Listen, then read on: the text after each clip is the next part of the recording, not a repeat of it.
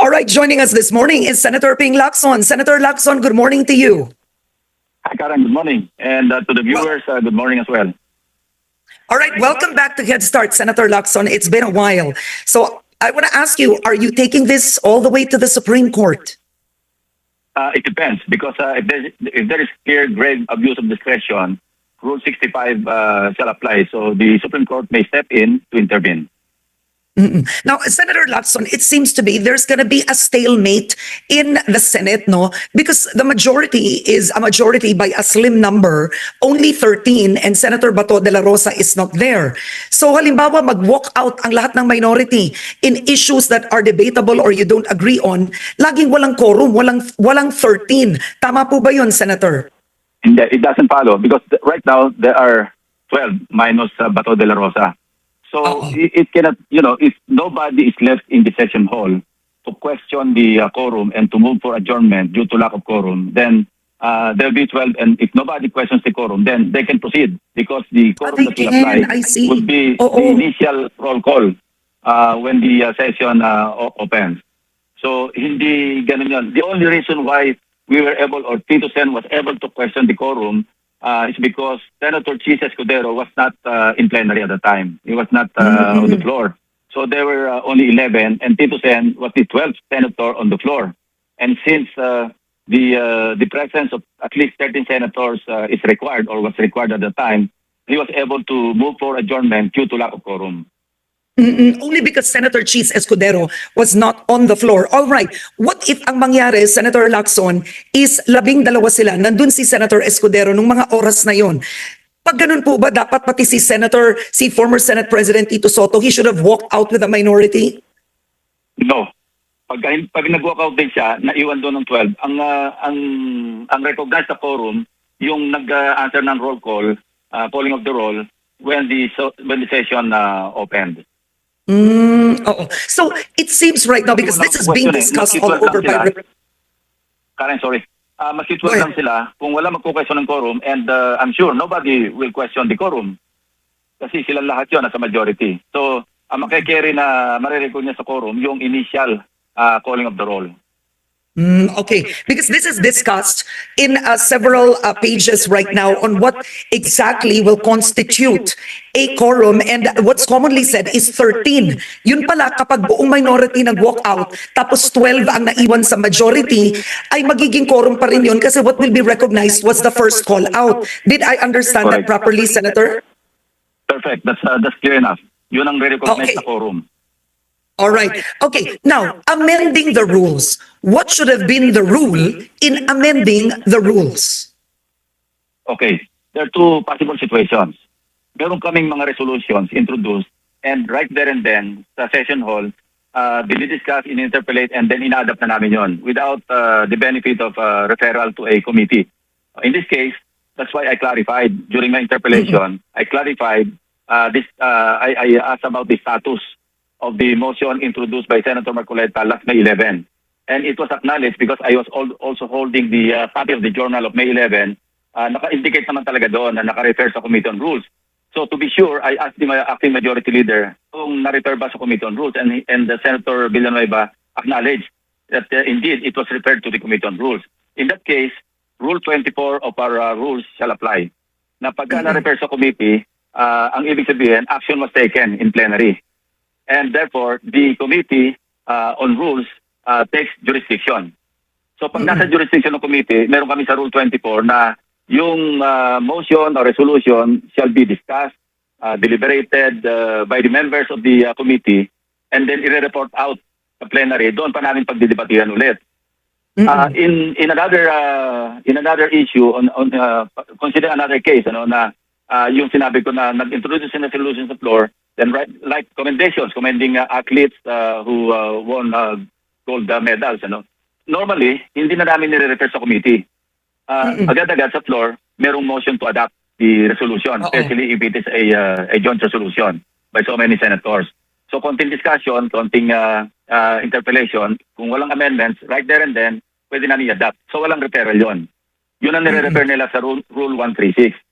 Kaya hindi kami magkaintindihan because Senate President Cayetano kept on invoking Rule 136 of our rules, and I kept invoking 24. I told him, or I told the body, that 136 has not applied yet or will not apply for that matter because clearly it was referred to the Committee on Rules. Mm-mm. Mm-mm. At ang Committee on Rules, sa totoo lang, I'll say it in Filipino, even if there is already a Committee on Rules, it was referred, it has not convened formally yet because wala pang minority members doon sa Committee on Rules. Walang minority members, wala pa rin majority members. It has not been constituted yet, period. Wala pa nga chairman eh. Si Senator Villanueva is only acting majority leaders or acting chairman of the Committee on Rules. So even if hindi pa na-constitute at na-refer ito sa committee, we should have waited for the Committee on Rules to be constituted. Then, saka ite-take up yung motion sa committee level. And then whoever will be the members of the Committee on Rules, magdi-deliberate in a committee hearing or 2 or 3 committee hearings. And pagka nagkasundo sila, the chairman will gather enough signatures, majority of all members, ano?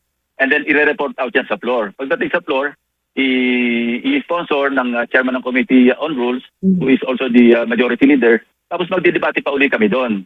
And then we could introduce amendments. In this case, actually, hindi pa kami umaabot doon sa substantive issue, yung merit ng yung proposed amendments ni Senator Marcoleta, because we were still debating on the procedure, which apparently they wouldn't follow.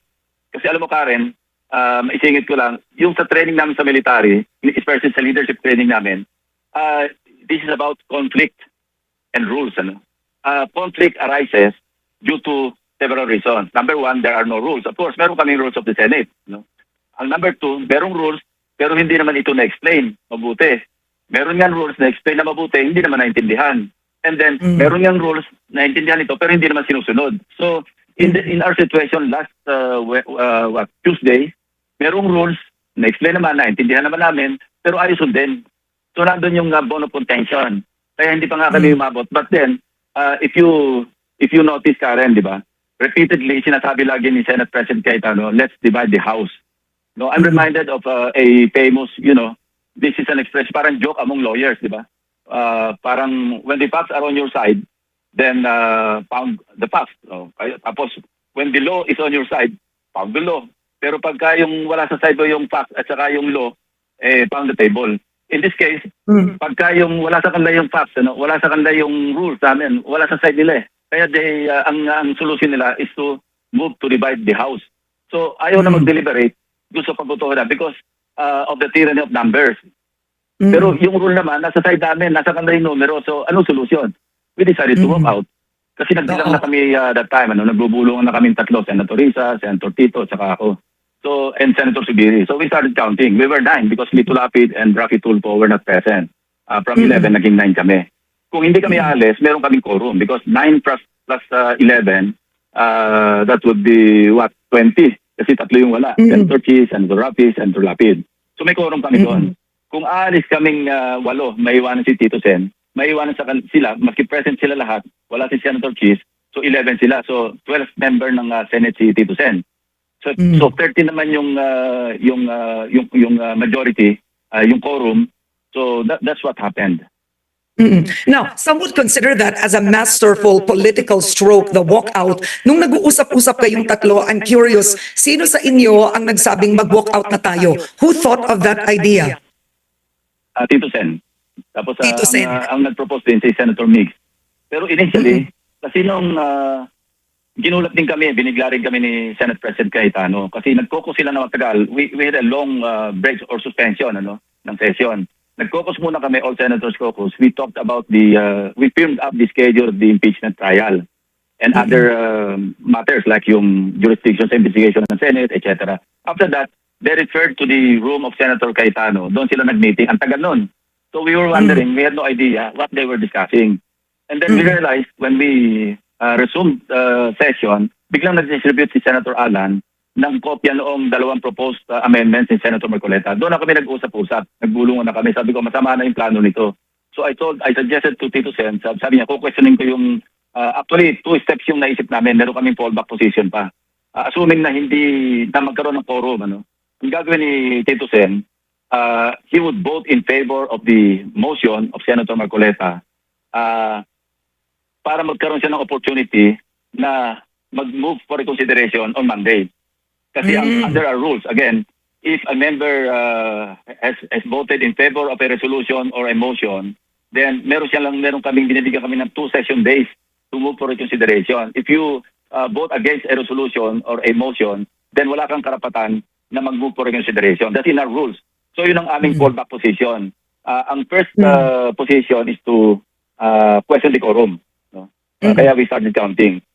Yung una, sabi ko sa kanya, ako na muna yung mag-interpolate para we can more or less strategize pa muna while I was interpolating. And I think I had very valid arguments, Karen, because I pointed out, because I pulled out the copy of the journal number 62, dated May 11. Maliwanag doon talaga na-refer sa committee on rules.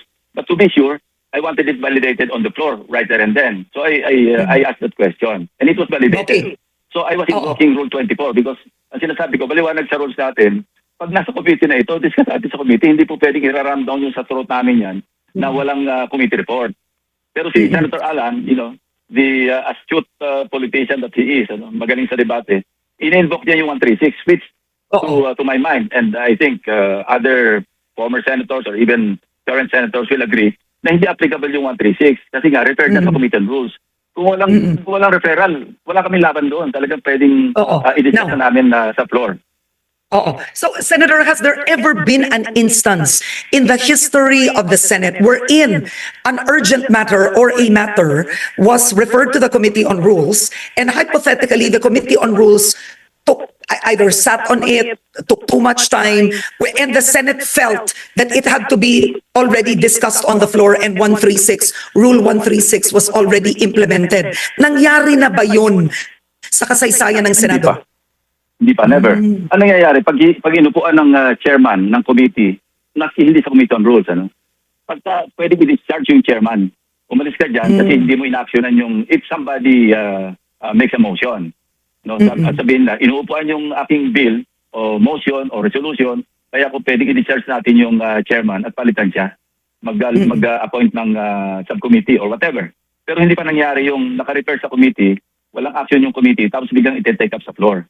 That's a no-no. That's against our rules. Very clear yun. So kaya nga kami nagkahaba ng debate along that line, on that issue. Okay. And then, of course, you have a tweet that's now going around and it's viral. And your tweet reads, "It's the rules, stupid." So we're showing that tweet right now on television. And this all started with Senator Marcoleta saying, yun nga, kung walang legal background, ang hirap, parang ganon. And of course, Senator Risa Ontiveros immediately lambasted that. It seems that your exchanges with Marcoleta have been getting, I would have to say, getting more heated. Would that be the right description from the flood control investigation to now? Let me clarify, Karen. Idiomatic expression yan eh. Yan yung parang keep it simple, stupid. It's the economy, stupid. It's like, it is not intended to be meant literally. Expression niya ng mga tao eh, para bang pag sinabi mong break the ice, hindi naman sabihin magpupukpok ka ng yelo eh. Pag sinabi mong break the ice, di ba, start the conversation. Pag sinabi mo halimbawa hit the sack, di ba, matulog ka na. So it hindi intended to insult, hindi yan personal insult. Ang ano dyan, it's an idiomatic, parang siya sabi, focus on the rules. Because in-invoke niya, parang law. Pero kaya sabi ko, it's the rules, stupid. Mag-focus tayo sa rules. Hindi ko ibig sabihin na stupido siya. Yeah. But if he will take it literally, then that's his call. Well, you're right about that because that idiom became famous during former U.S. President Bill Clinton's time, right? Yeah. When somebody said it's the economy, stupid, the economy was doing well, so he was not impeached during that time. But moving forward, Senator Marcoleta might bring this up on Monday. There is a possibility, and he may say he may call your language unparliamentarian. Well, that's his call.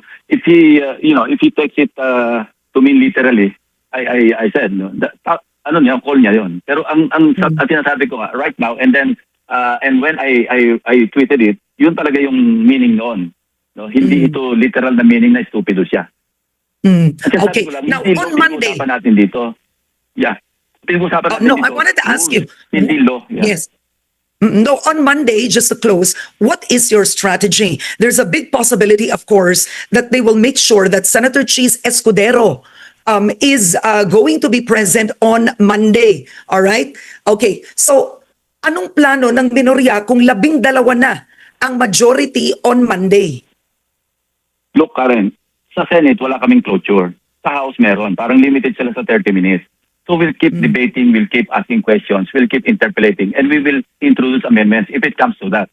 If they disregard Rule 24 and insist na hindi, nandun tayo sa 136 and then divide the House, so matatalo kami sa botohan, then so be it. Talagang tyranny of numbers yan eh. Tyranny of the majority talaga. We're in a democracy. So may problema kami doon, pero ang next move namin, kung talagang pilitin nila, is probably minority members will have the option to bring the case before the Supreme Court. Kasi sabi ko nga, and I heard Senator Dillon, when you interviewed him, na basta't merong grave abuse of discretion, pwedeng pumasok ang Supreme Court. Like in the case of Alvin Balag. Remember, we investigated the hazing of Acho Castillo, and then we cited in contempt of the committee si Balag. But then he went to the Supreme Court and questioned his continued detention. So ang jurisprudence na nag-exist, and it was within the power of the Senate and the Congress na mag-cite in contempt of the committee and or the Senate or Congress, and then ipa-detain.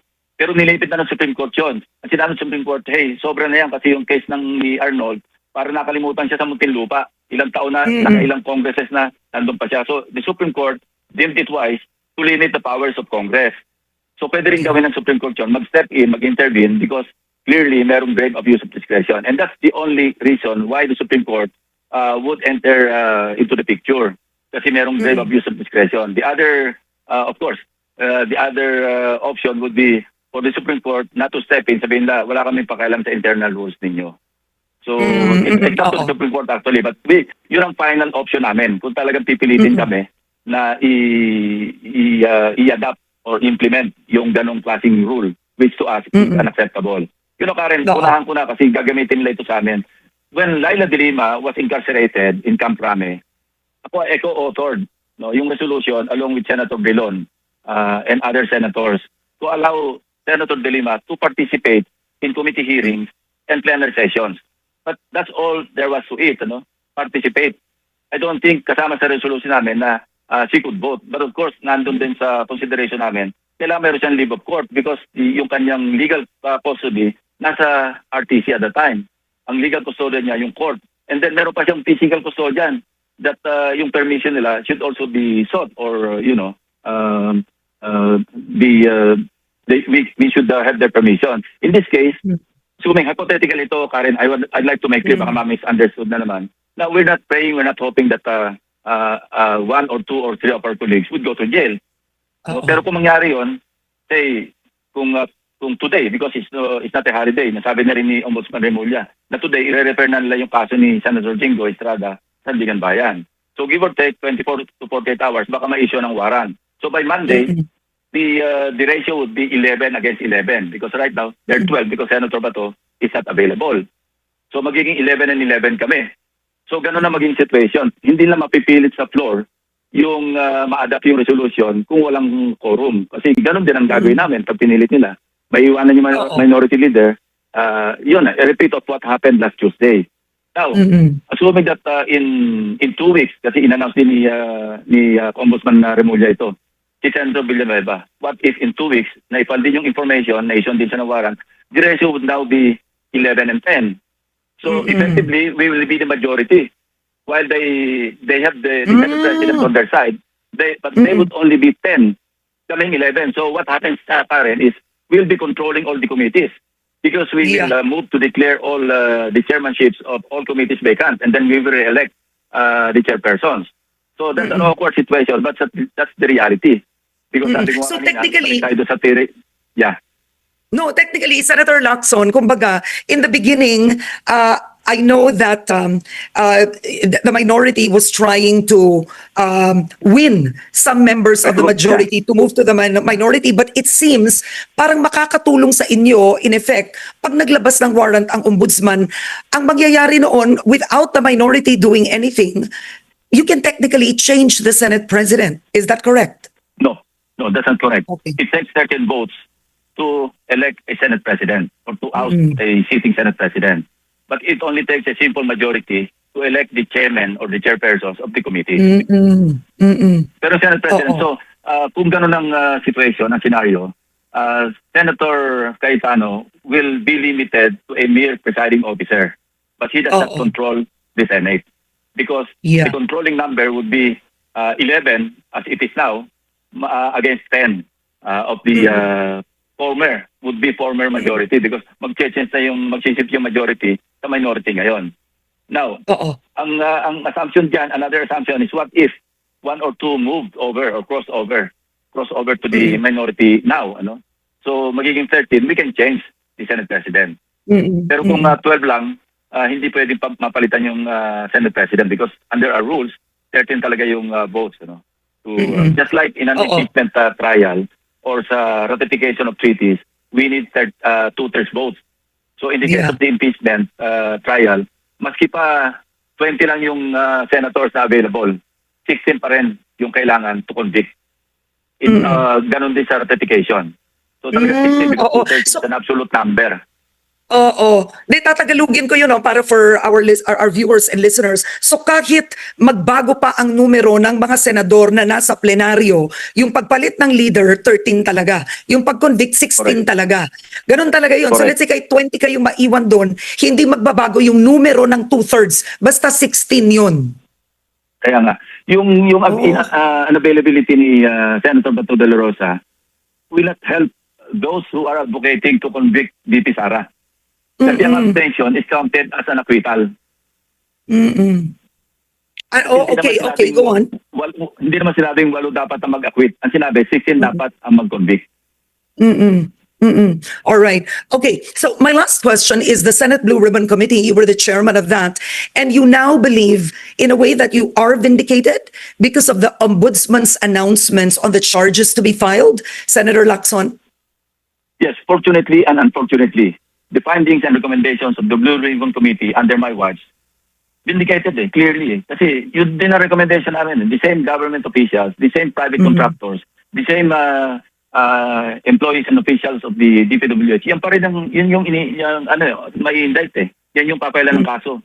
So, in a manner of speaking, yung findings and recommendations namin, although it was not adopted on the floor because kulang nga ng signatures among the majority members, indicated because eksakto yung recommendation namin as painful as it is, I don't get the pleasure na yung mga kasamahan ko naharap sa kaso at makukulong kasi most of them are my friends kaya nga Yeah. napaka-thankless job yung pagiging chairman ko noon and sinasabi nila kaya nga nawalan ako ng kaibigan, nakakreate pa ako ng kaaway. So hindi ito pleasure para sa akin, Karen. I want to make that clear. Ang tingin na sa akin kontrabida pero binigyan niyo ako ng trabaho. Kung mamimili ako maging selected, hindi ko susundan yung ebidensya, para ano pa ako nag-chairman ng Blue Ribbon? Kanya-kanyang pananaw Kaya nga nung may nagsabi sa amin, one reason why Senate President Soto was ousted, ang sabi, unang-una, dalawang reasons Hindi siya marunong mag-alaga ng mga kasamahan. Tapos yung pangalawa, yung Blue Ribbon kasi. So sabi ko, kasalanan namin dalawa ni Tito Sen. Unang-una, wala namang bilyon si Tito Sen na government funds para ipamudmud. Kung gano'n na magiging reason why he was ousted, then so be it. No? That's the reality. At kung ang reason dahil hindi ako nakisama, hindi ko pinangalagaan yung aking, hindi ko pinagtakpan. Sabihin natin pinagtakpan. Kung gano'n ang dahilan, then payag na kami talagang maging minority forever. Okay, Senator Lacson, I think I wanted to ask you just very briefly, speaking of the Senate Blue Ribbon Committee, how do you address criticism coming from some members of the minority that when you were chairman, you were soft on former House Speaker Martin Romualdez? You went on a certain direction and you were criticized as not pursuing it. What's your answer to that, sir? That is not true. Because former Speaker Romualdez, kasama sa recommendation ko to be investigated I even went further. I-recommend ko siya para ma-freeze yung mga accounts, ma-investigan siya ng AMLAC. So hindi totoo yun. Propaganda nila yun And I invited, sabi nila, hindi ko ini-invite si Speaker Romualdez. No, that's not true. Yung records will bear me out. Pinadala namin siya ng invitation to the Speaker. Ini-invoke ko doon yung Interparliamentary Courtesy, which again, Senator Marcoleta, pinutwist niya, ini-embellish niya Kung siya raw chairman ng Blue Ribbon, imbitahan niya raw diretso, pipilitin niya raw. Then, gawin niya ngayon, vice chairman siya, pilitin niyang paatin yung mga congressmen. you know, he keeps contradicting himself. When he was a congressman, he was defending Vice President Sara. Sabi niya merong interparliamentary or interdepartmental courtesy na umiiral. Oo. Bakit daw hindi ina-afford kay VP Sara yon? Tapos pagdating niya sa Senate, gusto niya i-throw out of the window yung interparliamentary courtesy. Gawin niya ngayon. He is now the vice chairman. So imbitahan, pilitin niya and then i-move niya to be cited in contempt of the committee, of the Blue Ribbon Committee. Tingnan po kung gagawin niya. Tapos ang alright. scenario, what if the House would investigate his SOSE? Ano? Ipapakontempt siya, payag ba siya? It's so inconsistent, Okay. Karen, no? What is, you know, kung ano yung what will suit him, yun ang kanyang sinusundan. Kaya ang dami niyang salto eh. Every time magsasalita siya, mag-i-invoke ng law, mali.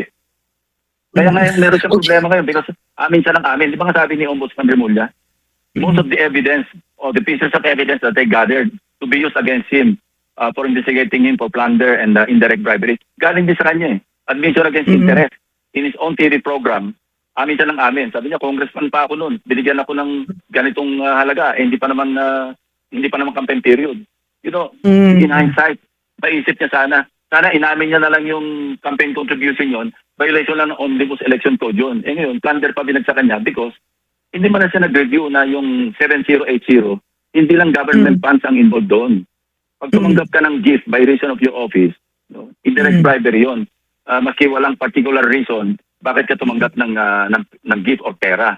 In this case, plunder kasi 75 million and series of acts because there are 3 individuals, no, in a series of acts na nagbigay sa kanya ng 30, 25, 25 or whatever amount, ang total 75. So that's plunder because it's above the threshold amount of 50 million. Series of acts. And then, you know, he admitted against his own interest na tinanggap niya. Oh, kanong problema yung kanong kasalanan? Kung in hindsight, sabi ko nga, kung mag-iisip-isip siya, sana inamin ko na lang yung violation ng Omnibus Election Code, bailable, tapos pwedeng perpetual disqualification, tsaka mahabang istorya. Nag-admit siya sa plunder. That's his problem. So you're saying he's like a fish caught by, it's like a fish caught by its mouth. Ganon, he's condemned by his own words. He's a fish caught by his hubris. All right. Well, on that note, I want to thank you once again, Senator Ping Lacson, for joining me on. Bakit siya magtatago?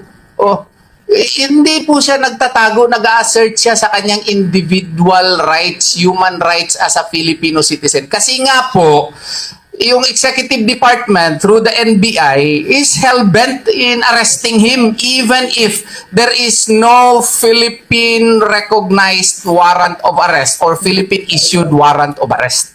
So, kaya nga po, how would he be able to protect his rights kung magpadakip siya at dalhin siya doon sa Netherlands? Ang ibig ba nila sabihin, nandun siya sa Senado, tapos paglabas niya, magpadakip siya, tapos doon na lang kami mag-assert ng kanyang human rights kung nandun na siya sa Netherlands? Hindi po tama yun. Kasi nga po, person's liberty na yan and possibly life is involved. So therefore, when a person's liberty is already at stake, it is actually now yung doctrine of self-help. He has to protect himself. Kasi the first rule of human being is what? Self-preservation. Self-preservation yan. Kasi kung magpadakip siya, dadalhin siya doon sa Netherlands, pareho naman kami. Ngayong mahihirapan kami pag-assert dito sa Pilipinas kasi ibang bansa na yun eh. Wala naman tayong Hague Invasion Act. At saka meron, maski, yung Hague Invasion Act? Yun. Yung Hague Invasion Act, pareho yan sa Amerika. Yung Hague Invasion, kung merong tao na dadakpin, kung American ka or any American allies, no? Dadakpin ng ICC or any foreign court, no? Without respecting the US laws. Pwede mag-organisa yung presidente at invade yung para to extract him. Meron silang batas. Wala naman tayo. At saka kung meron din tayo, ano bang kakayahan natin ipag-gera doon sa Netherlands? So, siguro mga wakwak padala natin doon, no? Maski mga wakwak siguro dali natin doon. Yung mga Attorney, may sinasabi po si Attorney Topacio. Ano, Iban? Ay, padala si Matibag doon. Ako, matitibag siya doon. Oo, mahirap po yun. That's why self-preservation yun, while at the same time preserving his right also under Philippine laws in order that his rights would be protected via judicial remedies. And meron kami ngayon, yun nga sa Korte Suprema na pending. And I hope and pray really on bended knees that the Supreme Court would grant our prayers. Kasi nga po, individual liberty. What if mangyari ito sa inyo in the future? Oh. Mangyari sa inyo, merong foreign warrant. Oh. Maghahanap kayo ng mga kagaya ni Attorney Israelito Turion, Attorney Jimmy Bundok, Attorney Topacio, para depensahan ng mga karapatan ninyo. Kasi delikado ito, foreign warrant. Oh, idiretso mo lang implementa as if it is a Philippine court-issued warrant. Kalukuhan talaga eh, hindi nyo nakikita. What if mama nyo, papa nyo, may isyuhan ng foreign warrant? Diretso lang i-implementa, payag kayo? Bakit? Kailan ba tayo naging tuta ng ICC? Kailan ba tayo naging tuta ng mga dayuhan? We precisely enshrined the Bill of Rights in the 1987 Constitution in order to stop, no, in order to at least, no, prevent government excesses. Between the leviathan of a government power and the individual, the Bill of Rights is our shield. Leviathan is that monster with maraming mga ulo. That is the governmental power, which is now trained against Senator De La Rosa. What is its shield? Bill of Rights. And that is why we as lawyers have to invoke our Bill of Rights, because it is the only shield remaining to protect Senator Bato De La Rosa. Nagmamaktol sila na parang bata na parang hindi makaget over dun sa proseso ng demokrasya, na kung sinong mas marami, yun talaga ang nasusunod, yung majority bloc. Tapos nakita natin yung kanilang pag-walk out na imbis na sana debatihin sa floor at sa plenaryo upang maintindihan ng publiko at mapagana ang demokrasya na ibinigay sa ating lahat at maintindihan ng publiko ang kanilang side, at binisidean po nila na walked outan nung makita nila natatalunin po sila sa boto. And then paglabas nila, ang tawag nila sa kanilang walkout, biglang prinsipyo. Alam natin ang trabaho role ng isang senador, ang Senado po, no? At marami ng mga mahalagang mga issue. Pero ang nangyayari ay ito po na nakikita ng taong bayan. Ano po muna masasabi niyo po muna rito, sir? Yun na nakakalungkot ang nangyayari dahil obviously merong kumpas na sinusunod ang right now the minority bloc. Yung patuloy na pagtatakip sa mga dapat imbestigahan. Ang tagal nilang hawak ang Blue Ribbon Committee, pero nakita natin na imbes na ituloy yung mapinpoint na yung mga masterminds kung saan pumunta ang investigasyon para pagtakpan yung mga may sala. Ang dami na itinuro ni Saldico ni Gutesa, ni 18 soldiers. Hindi sila na-imbestigahan kung saan umikot. So ngayon, nakita rin natin na mabigla sila na magkaroon ng palitan. Ngayon naman, nagmamaktol sila na parang bata na parang hindi makaget over dun sa proseso ng demokrasya, na kung sinong mas marami, yun talaga ang nasusunod, yung majority bloc. Tapos nakita natin yung kanilang pag-walk out na imbis na sana debatihin sa floor at sa plenaryo upang maintindihan ng publiko at mapagana ang demokrasya na ibinigay sa ating lahat at maintindihan ng publiko ang kanilang side, at binisidean po nila na walked outan nung makita nila natatalunin po sila sa boto. And then paglabas nila, ang tawag nila sa kanilang walkout, biglang prinsipyo. Pero noong pinipuwersa daw sila, tyranny of the majority daw. Pero ang tanong ko, bakit noong sila ang pumipilit dun sa gusto nila by walking out, prinsipyo ang tawag. Nung magbobotohan, ang sinasabi ng majority, magbobotohan, magdidiskusyon, ang tawag nila tyranny of majority. Paano naging tyranny ang botohan? Paano naging tyranny kung nagdidebate?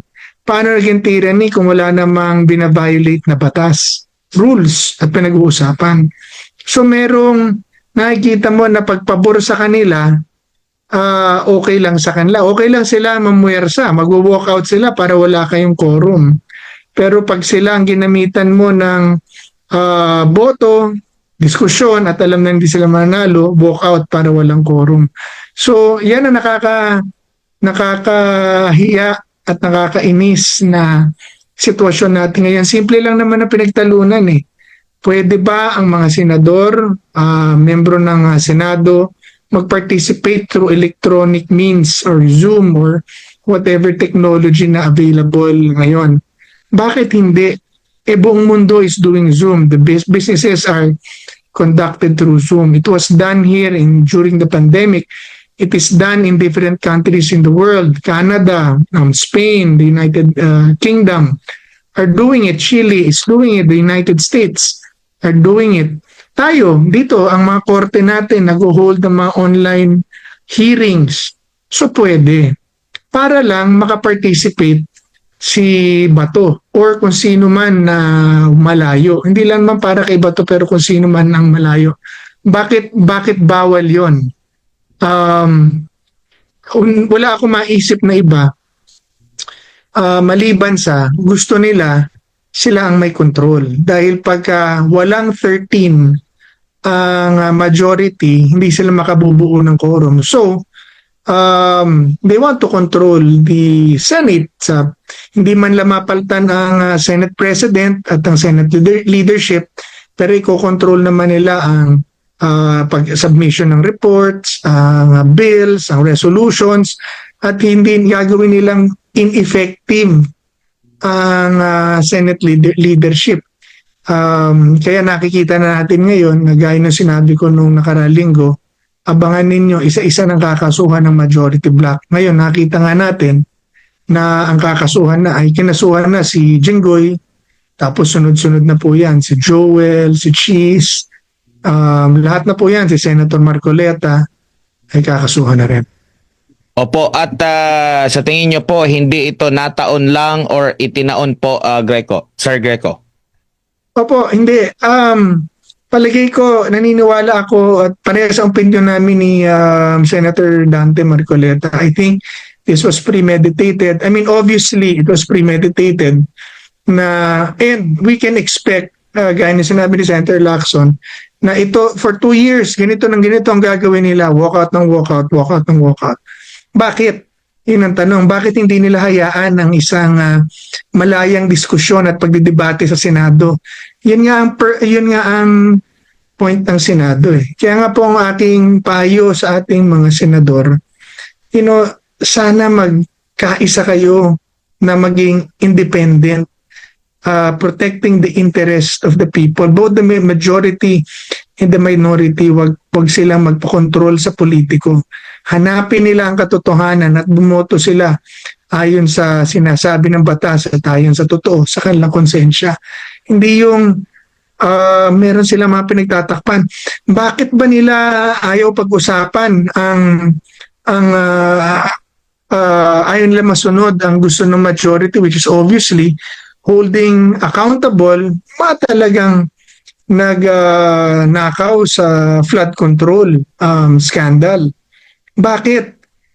Dahil ba merong mga pangalan at senador at mga kongresista at mga executive officials na mababanggit at may expose doon, di lalong maganda.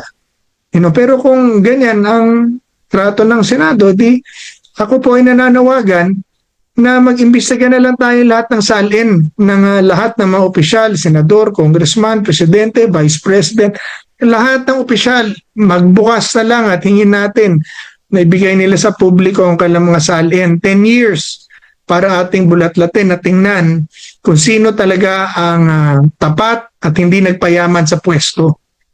Yan ang panatero, walang inuulit.